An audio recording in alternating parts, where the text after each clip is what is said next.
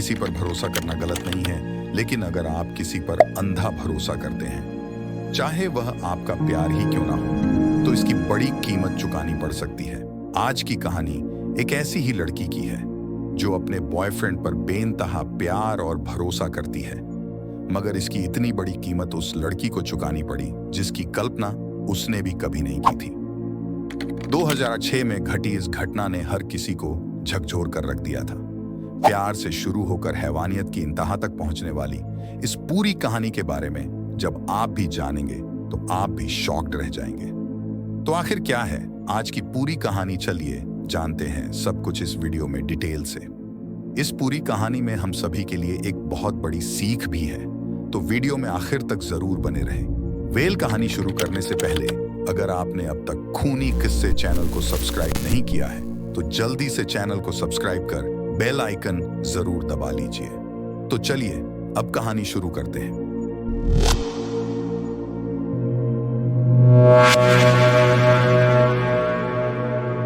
ये कहानी north west Delhi के मॉडल टाउन थाने के अंतर्गत रहने वाली आरजू चौहान नाम की एक लड़की की है। घटना के समय यानी 2016 में आरजू की उम्र यही कोई 21 साल की थी तथा वह दिल्ली यूनिवर्सिटी के लक्ष्मीबाई कॉलेज में हिंदी ऑनर्स की फाइनल ईयर की स्टूडेंट थी। आरजू लगभग 9 बजे डेली सुबह कॉलेज आ जाया करती थी और फिर पढ़ाई खत्म करने के बाद अपने घर चली जाया करती थी। रोज की तरह 2 फरवरी 2016 को भी आरजू घर से कॉलेज के लिए निकलती है। आरजू के घर वाले भी निश्चिंत होकर अपने अपने काम में लग जाते हैं, मगर घर वालों को तब थोड़ी फिक्र होने लगती है जब वह देखते हैं कि आरजू के वापस आने का समय हो गया है। मगर अब तक आरजू कॉलेज से वापस नहीं आई है।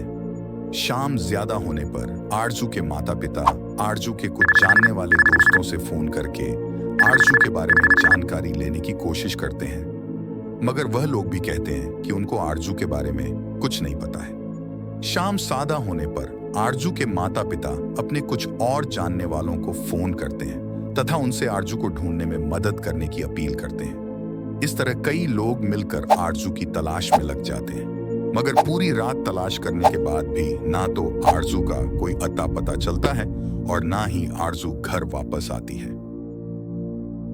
अब अगली सुबह यानी 3 फरवरी 2016 को आरजू के माता पिता लक्ष्मीबाई कॉलेज जाकर अपनी बेटी के बारे में पता लगाते हैं।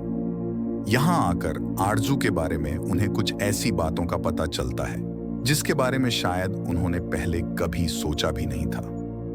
आरजू के दोस्तों तथा कॉलेज रिकॉर्ड से पता चलता है कि आरजू रोज कॉलेज तो आती थी, मगर वह सिर्फ 9 बजे से 10 बजे के बीच एक क्लास करके कॉलेज से बाहर निकल जाती थी।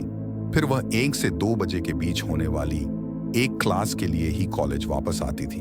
माता पिता के लिए यह खुलासा थोड़ा हैरान करने वाला था, मगर यह सच्चाई थी जिसे नकारा नहीं जा सकता था। इसके बाद कॉलेज प्रशासन आरजू के माता पिता की मुलाकात आरजू के कुछ दोस्तों से करवाते हैं।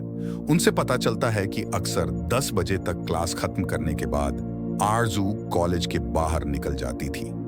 यहाँ एक लड़का आरजू को रिसीव करने आता था।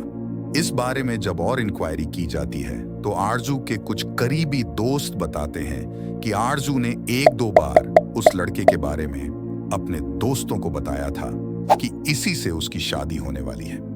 अब इस खुलासे के बाद मामले की जानकारी मॉडल टाउन थाने को भी दे दी जाती है। सारी जानकारी लेने के बाद पुलिस वाले भी कॉलेज आते हैं। यहां आकर वह सबसे पहले सीसीटीवी फुटेज खंगाल है।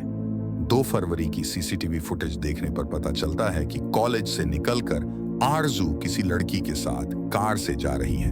आरजू के माता पिता उस लड़के की पहचान नवीन खत्री के तौर पर करते हैं। 23 साल का नवीन खत्री आरजू के ही पड़ोस में रहता है।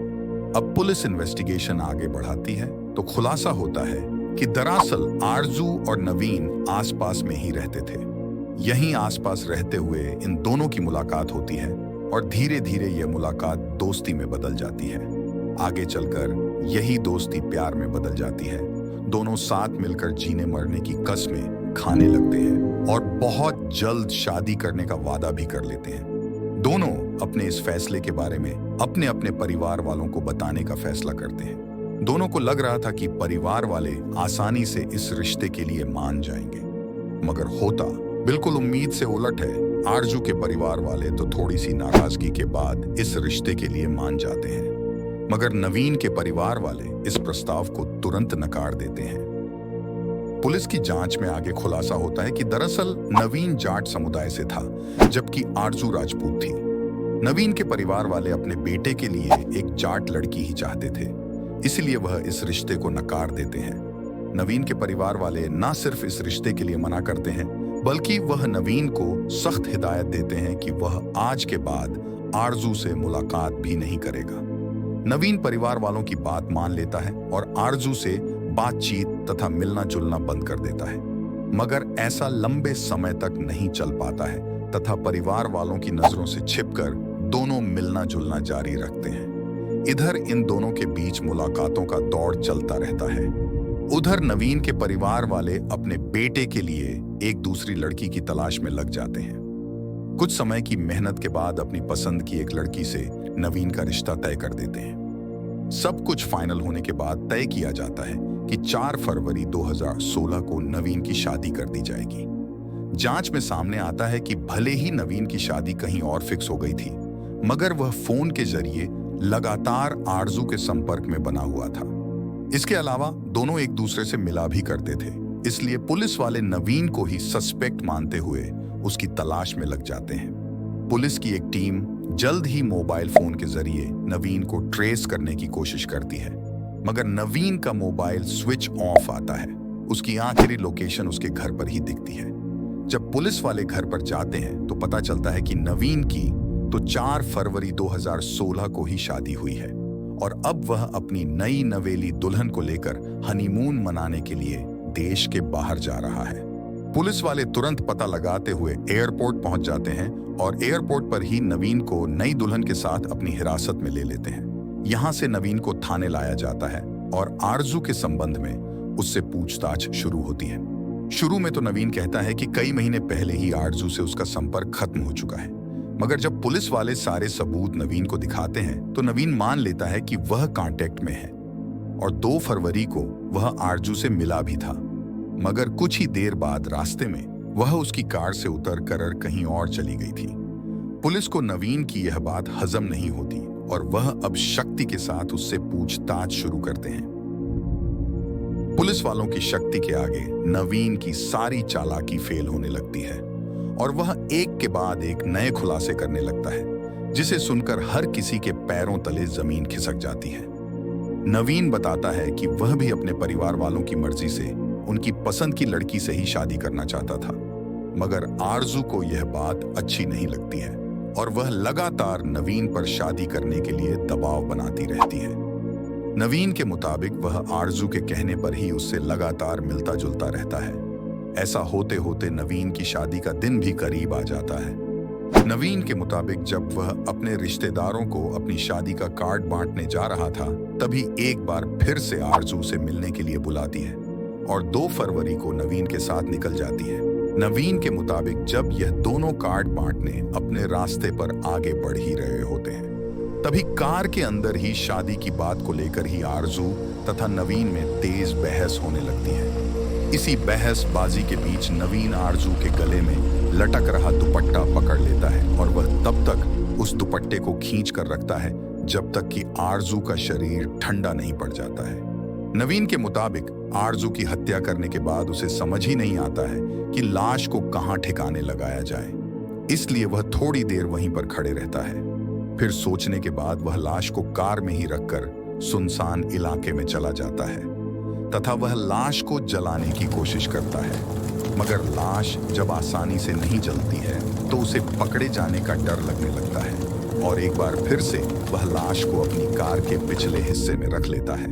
पकड़े जाने के डर के बीच वह आरजू की लाश को कार में ही रखकर कार का बांटने निकल जाता है और अपने कुछ रिश्तेदारों के यहाँ कार्ड देकर एक बार फिर से लाश को ठिकाने लगाने की जुगाड़ में लग जाता है। पुलिस की पूछताछ में किए गए खुलासे के मुताबिक जब नवीन को लाश ठिकाने लगाने का कोई आइडिया नजर नहीं आता है तो वह तय करता है कि वह अपने 4 मंजिला घर में ही आरजू की लाश को छिपाएगा। प्लान के मुताबिक नवीन ऐसा ही करता है और वह रात भर इधर उधर समय काटने के बाद सुबह के लगभग 5 बजे अपने घर पर पहुंचता है। क्योंकि आरजू की लाश भारी थी, इस कारण वह अकेले लाश को उठाकर घर ले जाने में सफल नहीं हो पाता है। इसलिए वह कुछ पैसे देकर पास में ही एक कबाड़ी का काम करने वाले लड़के को मदद के लिए बुलाता है और उसकी मदद से लाश को उसी कमरे में लाकर वेंटिलेशन शाफ्ट पर छुपा कर रख देता है, जिस कमरे में वह शादी के बाद अपनी नई नवेली दुल्हन के साथ रहने वाला था। इस तरह 3 फरवरी की सुबह सुबह नवीन लाश को कमरे में छिपा देता है और इसकी भनक किसी को ना लगे, इसलिए वह पूरे घर में लगातार परफ्यूम छिड़क रहता है। नवीन तो अपना गुनाह छिपाने के लिए परफ्यूम छिड़क रहा था, मगर घर वालों को लगता है कि वह अपनी शादी की खुशी में लगातार घर में खुशबू छिड़क रहा है। इधर आरजू की लाश घर में पड़ी हुई थी और उधर प्लान के मुताबिक ही 4 फरवरी को नवीन अपने घर वालों की पसंद की लड़की से शादी कर लेता है और अपनी नई दुल्हन को इस कमरे में लेकर आता है जहां शाफ्ट पर आरजू की रखी हुई थी। नवीन के इस खुलासे के बाद हर कोई हैरान रह जाता है और फिर उसी की निशानदेही पर पुलिस घर वाले में छापेमारी करके आरजू की लाश बरामद कर लेते हैं। इस घर से लगभग 100 से ज्यादा परफ्यूम तथा रूम फ्रेशनर की बोतल भी बरामद की जाती है। ये सभी बोतल पिछले 2-3 दिनों में ही घर में लाश की बदबू को छिपाने के लिए इस्तेमाल की गई थी। इस पूरे खुलासे के बाद नवीन को गिरफ्तार कर लिया जाता है। इसके अलावा पुलिस परिवार के अन्य लोगों को भी शक के आधार पर हिरासत में ले लेती है। इस पूरे मामले के खुलासे होने से पहले ही नवीन का पिता राजकुमार पुलिस की पकड़ से लापता हो जाता है। जांच में यह बात भी सामने आती है कि नवीन का पिता राजकुमार एक हत्या के केस में 2005 से ही तिहाड़ जेल में बंद था तथा वह 2 दिन पहले ही अपने बेटे की शादी में जेल से पैरोल लेकर बाहर आया था। पिता के अलावा इस पूरे मामले में नवीन के भाई जीजा समेत कई लोगों को आरोपी बनाते हुए हिरासत में लिया जाता है तथा मामले की बेहतर जांच के लिए इस केस को क्राइम ब्रांच को भी ट्रांसफर कर दिया जाता है। इस पूरे केस के खुलासे के बाद हर कोई तब और हैरान रह जाता है जब पता चलता है कि एक तरफ आरजू बीए फाइनल ईयर की स्टूडेंट थी, जबकि लड़का नवीन महज 10वीं पास था। इसके बावजूद उसने आरजू को अपने प्यार में फंसा लिया था। फिलहाल इस केस की बात करें तो आज भी आरोपी जेल में है, जबकि आरजू का पूरा परिवार कभी ना मिटने वाले दर्द के साथ आज भी जी रहा है। दोस्तों, इस पूरी कहानी के बारे में आपकी क्या राय है, कमेंट बॉक्स में जरूर बताएं। अगर आपको हमारी मेहनत पसंद आई हो तो इस वीडियो को लाइक करते हुए शेयर भी जरूर करें। अगर आपने अब तक खूनी किस्से चैनल को सब्सक्राइब नहीं किया है तो जाने से पहले चैनल को जरूर सब्सक्राइब कर लें। लेटेस्ट वीडियो की जानकारी के लिए बेल आइकन दबाना ना भूलें। धन्यवाद। Enjoy your life. Be safe.